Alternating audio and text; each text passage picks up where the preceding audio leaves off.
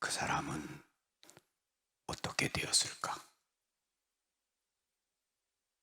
지금 어디에 살고 어떤 사람이 되었을까? 그 다음의 이야기가 궁금해지는 사람이 있습니다. 신부님, 자매님 한 분이 이웃 자매를 데리고 오셨는데 오랫동안 쉬었던 교우인가 봐요. 고백성사를 보고 싶다고 하십니다. 그래? 그러면 오시라고 그래. 이웃 자매를 데리고 온 자매를 만났습니다. 낯이 익은 얼굴인데 싶었습니다.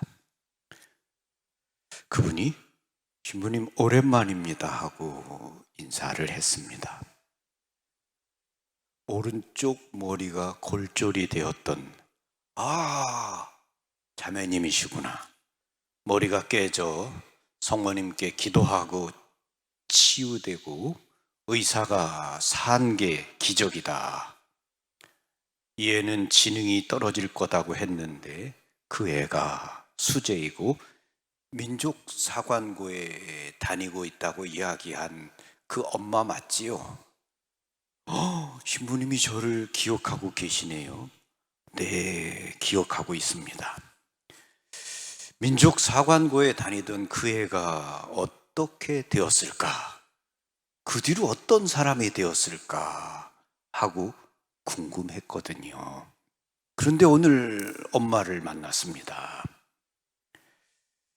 그 애는 민족사관고를 졸업하고 미국으로 유학을 갔습니다. 유학 중에 전 과목 A+를 받았고 졸업 논문은 최우수 논문이었습니다. 그래요? 와, 놀랍습니다. 그리고 멋져요. 지금 무슨 일을 하고 있습니까? 일리노이 대학 금융수학 교수로 있습니다. 와, 성모님이 하신 일은 놀라워요. 그치요? 자매님이 눈물로 열심히 기도하셨지요. 겨울에도 맨발로 묵주기도길을 도셨지요. 네, 그래요, 신부님. 그때 신부님이 엄마 무섭다, 무서워하셨어요. 시험 때는 반에 성모님 앞에 졸졸졸 나오는 약순물을 떠다가 민족사관학교에까지 가서 먹였어요. 그리고 그 물로 밥을 해서 주었습니다. 자매님, 고마워요. 그 아이 소식이 궁금했는데 오늘 알게 되었고 그렇게 잘 되었다니까 제 일처럼 기쁩니다. 그 자매님이 집으로 돌아가시고 난 다음 30여 년 전 그 자매와 나누었던 이야기를 생각해 보았습니다. 그리고 다시 한번 성모님을 통해서 주님께서 하시는 일에 감사와 찬미를 드렸습니다. 30여 년 전 그 엄마를 만났습니다. 제가 만났을 때 그 엄마는 묵주의 기도를 많이 바쳤습니다. 5단 묵주 기도길을 맨발로 돌며 기도하는 모습을 보았습니다. 겨울에도 보았습니다. 그 엄마에 대해서 궁금했습니다. 무슨 특별한 사정이 있으신가 보다. 그러니까 저렇게 열심히 묵주의 기도를 바치시지 하고 말입니다. 어느 날 제가 그분에게 물어보았던 것 같습니다. 그 엄마는 자신이 어떻게 해서 성모님을 사랑하게 되었는지를 저에게 이야기해 주었습니다. 신부님, 전 본래 아주 열심한 개신교 신자였습니다. 시집을 와서 시어머니가 성모상 앞에서 묵주 기도를 바치는 것을 보면 우상 숭배라는 생각이 들었습니다. 성모상 앞에서 기도하는 모습이 너무도 보기 싫었습니다. 시어머님이 성당에 한번 가지 않을래? 라고 말했을 때 이렇게 말했습니다. 어머니, 저보고 성당에 가서 마리아에게 기도하라고 하실 거라면 차라리 지금 제 머리를 도끼로 치세요.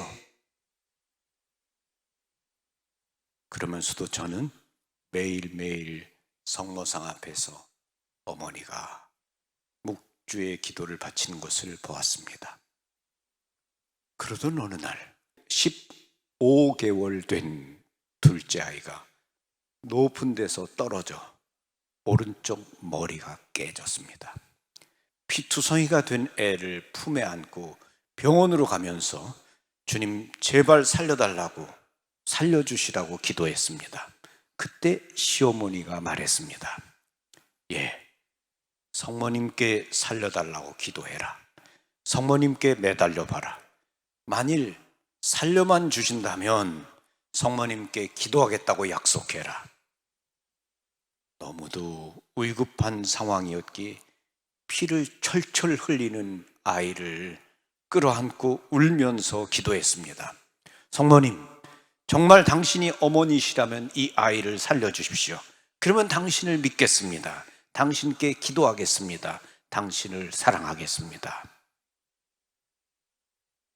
정말 위험한 상황에서 몇 번의 고비를 넘기고 아이가 살았습니다. 그 아이의 머리는 두개골이 함몰되고 깨진 상태였습니다. 큰 뼈들은 철사로 이었습니다. 그런데 아기이고 깨진 작은 뼈는 붙일 수가 없었습니다. 그래서 오른쪽 머리 부분이 군데군데 비어 있어야 했습니다.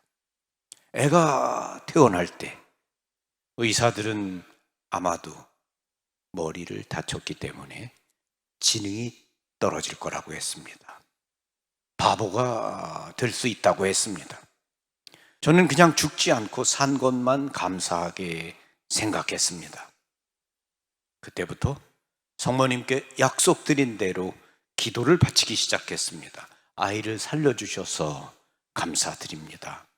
성모님, 아이를 당신께 맡겨드립니다. 지켜주시고 보호해 주십시오. 머리뼈가 비어있는 부분이 있어서 다치기라도 하면 큰일입니다. 그렇게 기도를 바치기 시작하며 성모님을 엄마로 점차 사랑하게 되었습니다. 아이는 세심한 배려와 돌봄이 필요했습니다. 한 번은 성당에 같이 다니는 친구 같은 엄마에게 아이에 대해 이야기를 했습니다. 그랬는데 그 엄마가 자기 애한테 쟤하고는 놀지 마라. 가까이 가면 안 된다. 쟤하고 놀다가 쟤가 넘어지기라도 하면 덤태기 쓴다. 라고 하는 말을 들었습니다. 우연히 그 소리를 듣는 순간 마음에 큰 상처가 되었습니다. 그때부터 더 성모님께 매달렸습니다. 사람에게 위로를 받으려고 하지 말고 주님께, 성모님께 더 매달려야 되겠다 싶었습니다.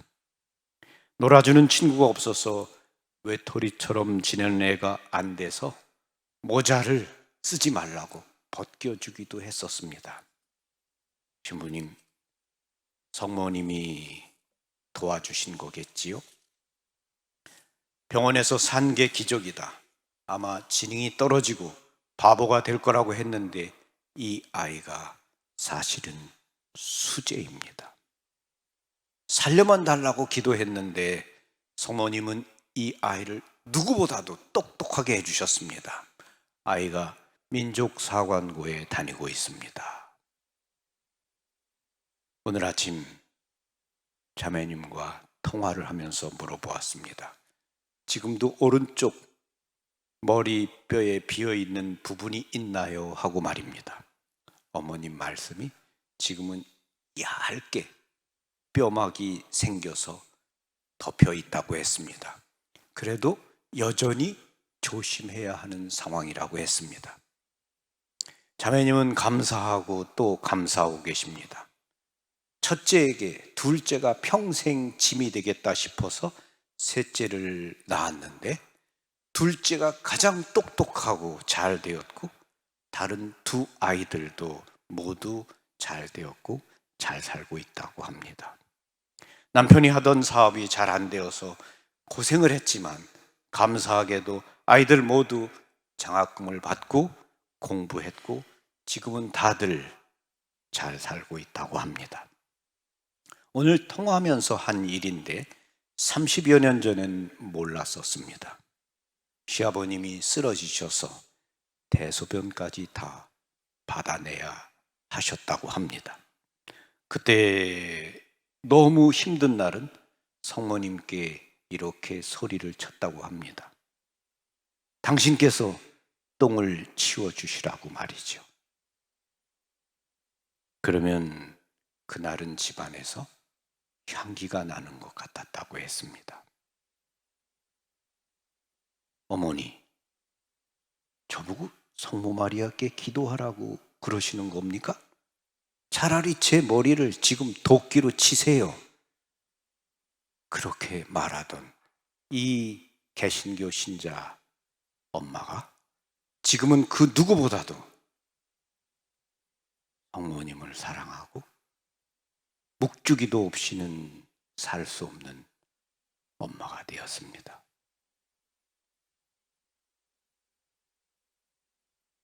그 엄마가 이렇게 성모님을 사랑하게 된 것, 시련과 고통을 통해서이죠. 엄마는 어쨌든 이러한 일을 통하면서 성모님의 도움을 체험했고 그분을 사랑하고 있습니다. 성모님은 우리들의 어머니이십니다. 그래서 그분은 우리 모두를 사랑하십니다. 여러분들도 삶의 모든 순간에, 특히 어려운 때에 성모님께 매달리고 의탁하면서 도움을 청하시기를 바라고 묵주기도를 매일매일 많이 바치시기를 바랍니다. 아멘. 평화를 빕니다. 고맙습니다. 감사합니다.